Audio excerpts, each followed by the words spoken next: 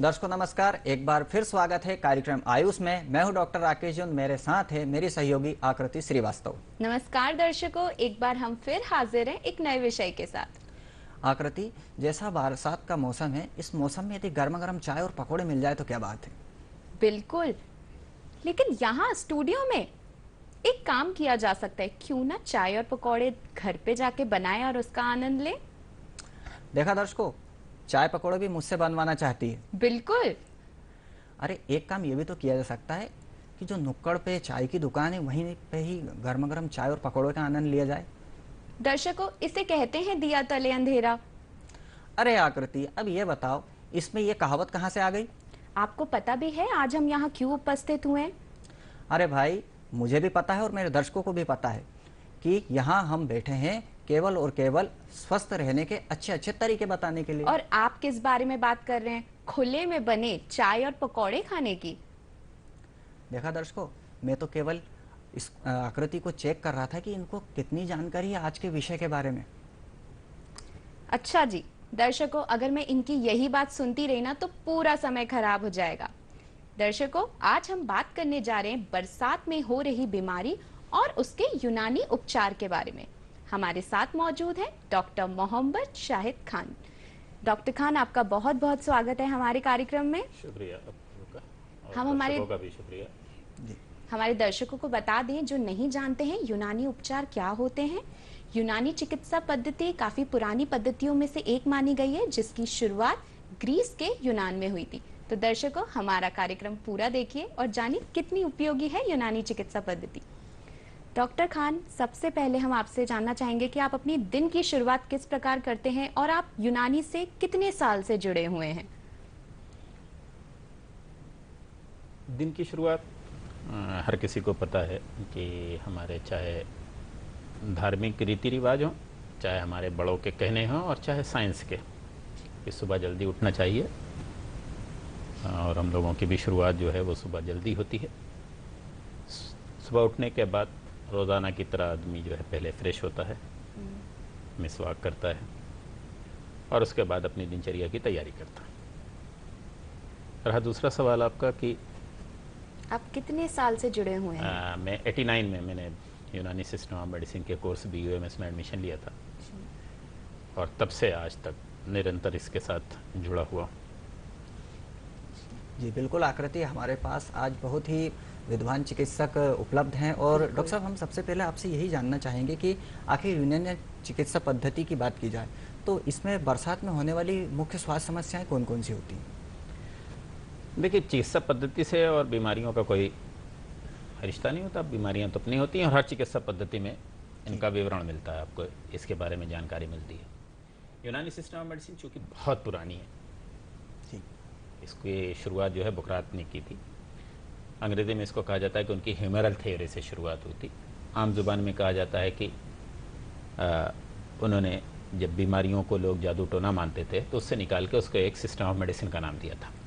इसीलिए father of यूनानी medicine जो है वो बुकरात को, जिन्हें अंग्रेज़ी में हिपोक्रेट कहा जाता है, कहा गया।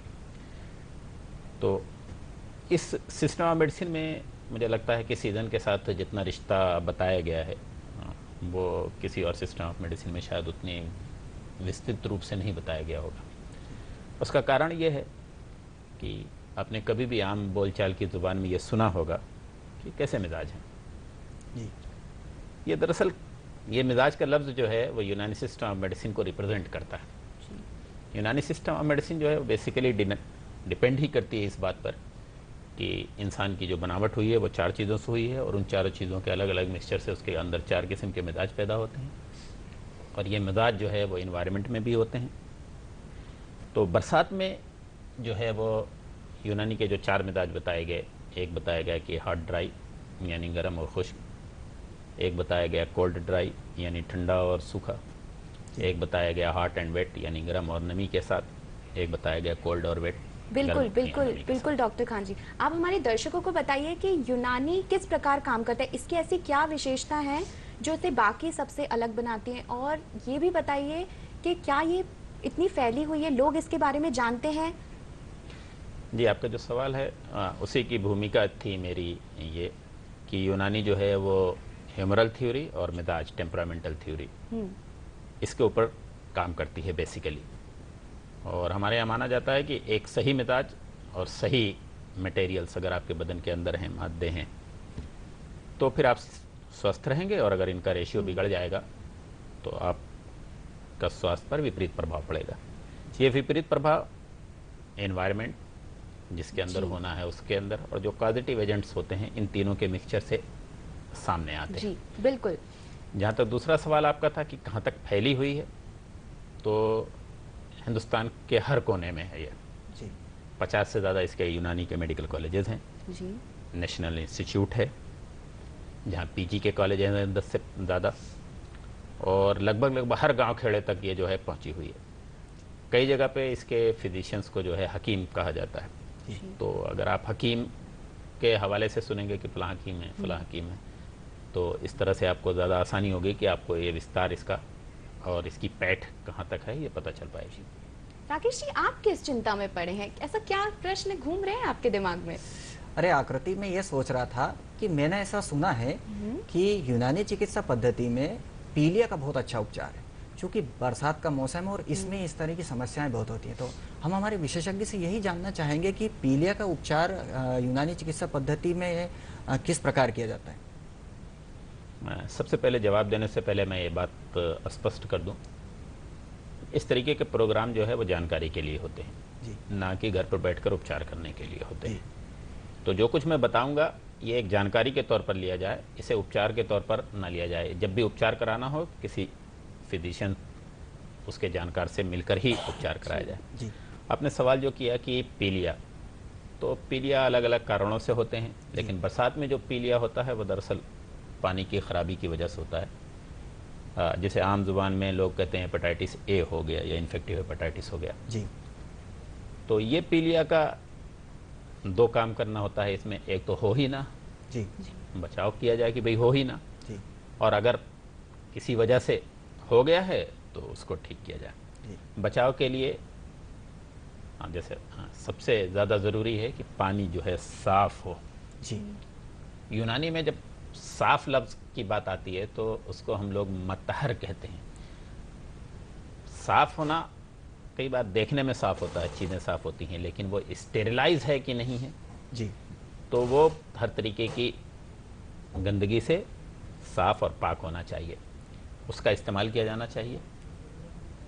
जिस बर्तन में रखा जाता है पानी, वो बर्तन को बराबर साफ करते रहना चाहिए। बिल्कुल डॉक्टर खान, मैं आपसे इसी पे पूछना चाहूंगी, जैसे जो हमारे ग्रामीण क्षेत्र हैं वहाँ पर दूषित पानी हम उपलब्ध रहता है, साफ पानी नहीं मिलता है, तो वहाँ के लोगों को ऐसा क्या करना चाहिए जिनसे उनको कम बीमारियां हों बरसात के मौसम में, जिनके घर एक्वा गार्ड नहीं होते, हम ऐसा सुनते हैं कि, तो वो साफ पानी कैसे ग्रहण कर सकते हैं? उसका 2 आसान तरीका बहुत पुराने ज़माने से फिल्टर करने का तरीका है कि एक पॉट लीजिए जिसमें कोयला डाल दीजिए, दूसरे में रेत डाल दीजिए और ऊपर से पानी डालिए, नीचे एक स्टोरेज का बना लीजिए। एक तो ये सिस्टम है नेचुरली पानी साफ़ करने का, और दूसरा सिस्टम यह है कि आप उसे बॉयल करके रख लीजिए। बॉयल लेकिन कम से कम 15 मिनट कीजिए। 2-4 मिनट की बॉयलिंग में जो है वो पानी 10 से 15 मिनट तक उसको हल्की आंच पर बॉयल कर लीजिए तो पानी साफ़ हो जाता है। उस पानी का इस्तेमाल किया जाना चाहिए। अगर कहीं इस तरीके से नहीं है तो भी ये देखिए कि ठहरा हुआ पानी नहीं हो, बहता हुआ पानी हमेशा बेहतर होता है। तो अगर आप किसी ऐसी जगह हैं जहाँ पानी अवेलेबल नहीं है लेकिन आप वहाँ पे स्टेगनेंट वाटर, ठहरा हुआ पानी कभी भी इस्तेमाल नहीं करना चाहिए। हमेशा जो है वो पानी इस्तेमाल करना चाहिए जो बहता हुआ हो। और साफ़ पानी की 3 पहचान बताई गई है। जी। पहली पहचान बताई गई है कि उसके अंदर कोई बदबू नहीं होगी। जी। दूसरी बताई गई है कि उसका रंग जो है वो ट्रांसपेरेंट होगा, उसमें कोई कलर नहीं होगा। जी। और तीसरी पहचान बताई गई है कि उसका कोई स्पेसिफिक टेस्ट नहीं आएगा। तो सूंघ कर, चख कर और देख कर पानी साफ है इसके बारे में अंदाज़ा किया जा सकता है। बिल्कुल दर्शकों, साफ और स्वच्छ पानी होना चाहिए और इस तरह का पानी होना चाहिए कि जो कि पूरी तरह से स्वच्छ हो। और इसके लिए सबसे अच्छा बताया गया है कि उबले हुए पानी की प्रामाणिकता सबसे शुद्ध बताई गई है। दर्शकों, इसी प्रकार की और भी जानकारी उपलब्ध है, पर लेते हैं एक छोटा सा विराम।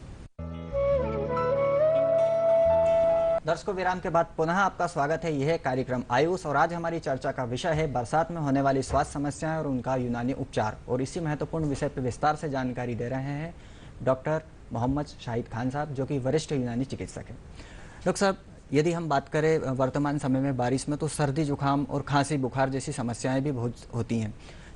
चूँकि अभी कोरोना का समय चल रहा है, तो इस प्रकार की जो समस्याएं होती हैं उसमें आप किस प्रकार की सलाह देंगे? ये बात सही है कि इस सीज़न में जो है दूसरी बीमारियों के साथ सर्दी ज़ुकाम बुखार इस तरीके की बीमारियां ज़्यादा देखने में मिलती हैं, क्योंकि मौसम का उतार चढ़ाव होता है, हवा में नमी होती है। तो हम लोग हमेशा इस बात पर मशवरा देते हैं कि एक तो हेल्दी डाइट यानी न्यूट्रिशनल डाइट, मिर्च मसाले वाली चीज़ें, और इसके अलावा हम लोगों के जोशादे होते हैं जी। इन जोशादों का एक नुस्खा होता है जिन्हें काढ़ा के नाम से आमतौर पर लोग जानते हैं जी। उन दवाओं के सेवन की सलाह देते हैं अगर किसी को तकलीफ़ हो गई जी। और अगर नहीं हुई है तकलीफ़ तो बचाव के लिए हम ज़रूर ये कहते हैं कि गर्म पेय लिए जाएं जी।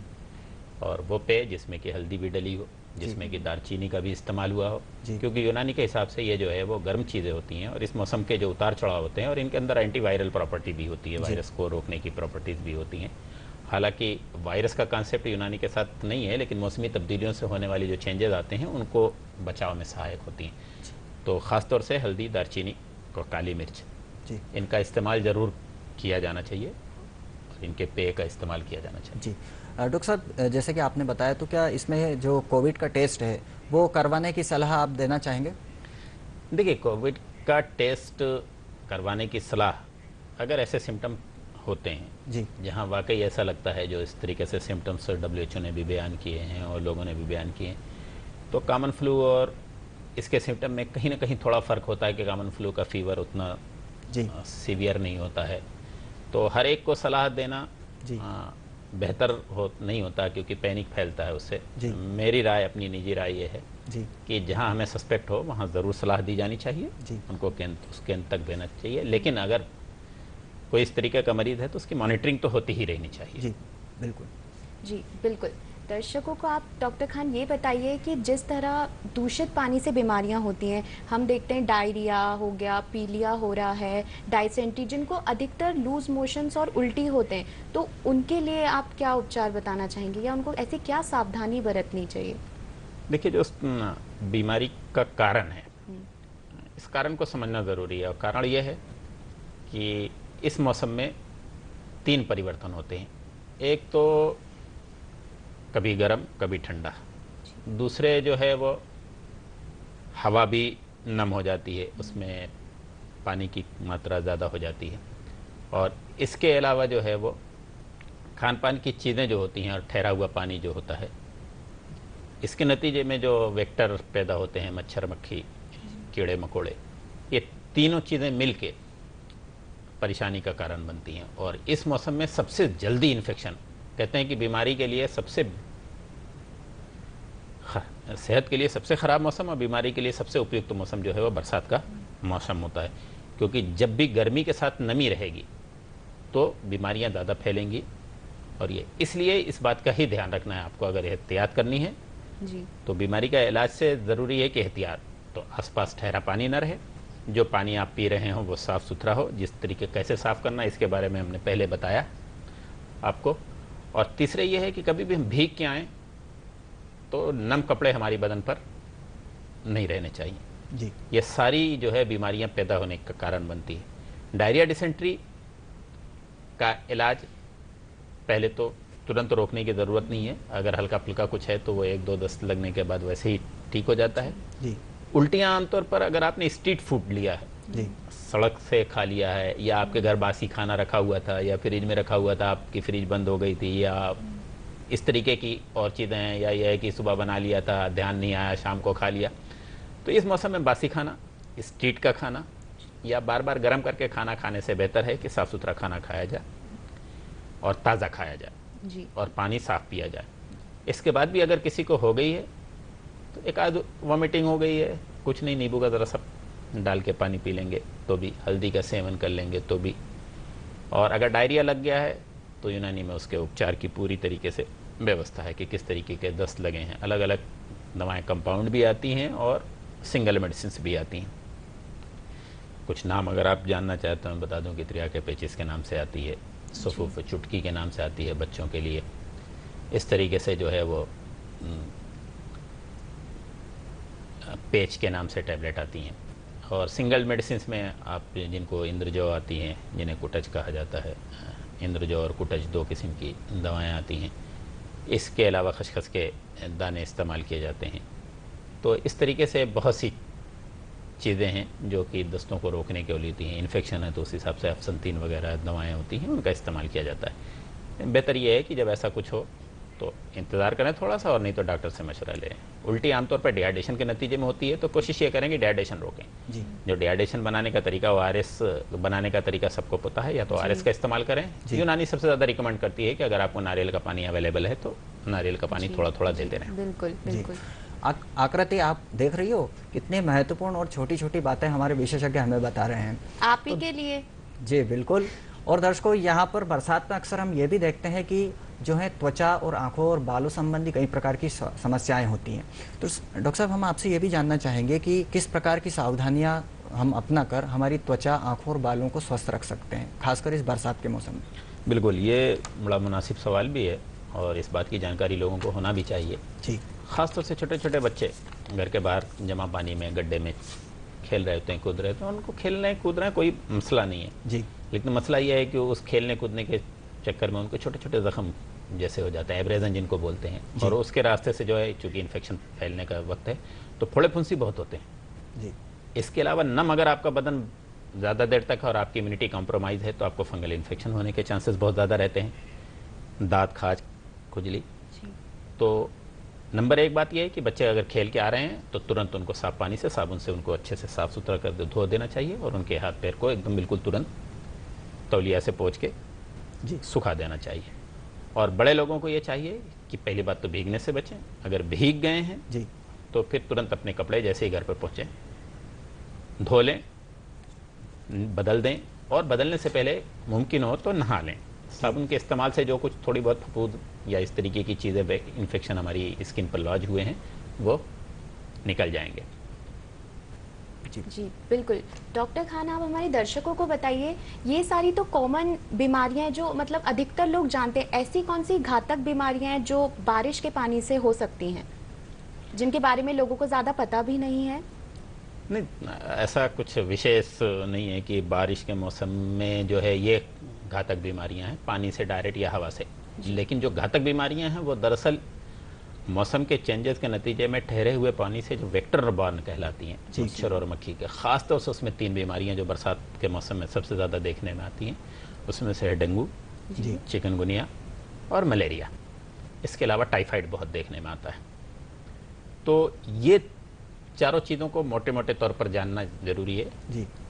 जैसे चिकनगुनिया, मलेरिया और डेंगू, ये मच्छरों से फैलते हैं। जी। डेंगू का मच्छर ख़ास तौर से साफ पानी में पैदा होता है और ठहरा हुआ, तो जैसे घर की टंकी हुई, कूलर हुआ, इस तरीके के पानी जो है, तो इनका 2 काम करना चाहिए। एक तो इनको बराबर बदलते रहना चाहिए। दूसरे, कूलर वगैरह के पानी में अगर आप कुछ नहीं कर सकते हैं तो थोड़ा तेल डाल दीजिए, तो उससे उनके पनपने की संभावना कम हो जाती है। जी। और मलेरिया के मच्छर आमतौर पर रात को काटते हैं या शाम के वक्त काटते हैं। तो मच्छर से पैदा ना हो, और अगर पैदा हुए हैं तो हमें काटे ना, उसके लिए दुनिया भर के तरकीब बताई जाती है और हर किसी को पता है कि कॉयल्स का इस्तेमाल करना और इसके उसके। लेकिन यूनानी पॉइंट ऑफ व्यू से जो मैं सबसे इंपॉर्टेंट बात बताना चाहता हूँ, ख़ासतौर से हवा साफ़ करने का। पानी साफ़ करने का तरीका तो सबको पता है, लेकिन हवा साफ़ होगी तभी मक्खी मच्छर। तो यूनानी सिस्टम ऑफ मेडिसिन और यूनानी के हकीम और लोग जुड़े हुए जो हैं इनसे, हम हमेशा कहते हैं कि हवा को पाक कीजिए। हवा को पाक करने के लिए आपको एक मुंडी, आज गोरख मुंडी के नाम से हर कोई जानता है, या तो उसकी धुनी दीजिए जी, नहीं तो गुग्गुल की धुनी दीजिए, नहीं तो धूप की धुनी दीजिए, नहीं तो लोबान की धुनी दीजिए। इससे न सिर्फ ये हवा पाक होगी बल्कि धुनी से नमी भी कम होगी, और नंबर 3, इस धुनी से जो है वो जो मच्छर मक्खी हैं उनका प्रकोप भी कम होगा। कीड़े मकोड़े अगर घर के अंदर होंगे तो वो भी निकल चले जाएंगे। तो मैं सबको ये मशवरा देता हूँ कि वीकली कम से कम 3 बार तो आप अपने घर में धुनी दीजिए। आजकल धुनी देने की नई नई टेक्निक आ गई, ज़रूरी नहीं कि कोयला और धुनी की मशीनें भी आ गई हैं। तो धुनी किसी भी अंदाज से, जिस अंदाज से दे सकते हैं, धुनी दे दीजिए, ख़ासतौर से शाम के वक्त में, ताकि पूरी रात की हवा साफ़ रहे जी। और शाम के वक्त के काटने वाले मच्छरों से हमारा बचाव हो सके और आसपास पानी न ठहरने दें। जी, बिल्कुल आकृति, हमारे दर्शक भी ये जान चुके होंगे कि पानी को तो साफ करते ही हैं, हम हवा को भी साफ कर सकते हैं। बिल्कुल। डॉक्टर साहब, हम सबसे पहले आपसे ये भी जानना चाहेंगे कि जो है इस मौसम में खासकर हमारा जो है खान पान किस प्रकार का होना चाहिए? देखिए, अभी जैसे कि डायरिया डिसेंट्री के बारे में बात कर रहे थे तो उस वक्त तस्करा आया था जी। तो खान पान जो है वो कोशिश होनी चाहिए कि नंबर 1 ताज़ा हो, नंबर 2 बेसन वाली चीज़ें इस्तेमाल करें। जी। जैसे आपने शुरुआत में चाय पकौड़ों की बात की थी, जी। दरअसल ये कॉन्सेप्ट चाय पकौड़े का आम जुबान में है, लेकिन इसका साइंटिफिक रीज़न भी है। जी। और इसकी साइंटिफिक रीज़न ये है कि हमारे बदन के अंदर की जो उतार चढ़ाव होते हैं, फ्लैक्चुएशंस होते हैं, तो चाय की पत्ती और दूध और पानी, इनके इस्तेमाल जब हम करते हैं तो हमारे बदन के अंदर का जो टेम्परामेंट डिस्टर्ब हुआ रहता है उसको भी काफ़ी हद तक रीस्टोरेशन मिलता है।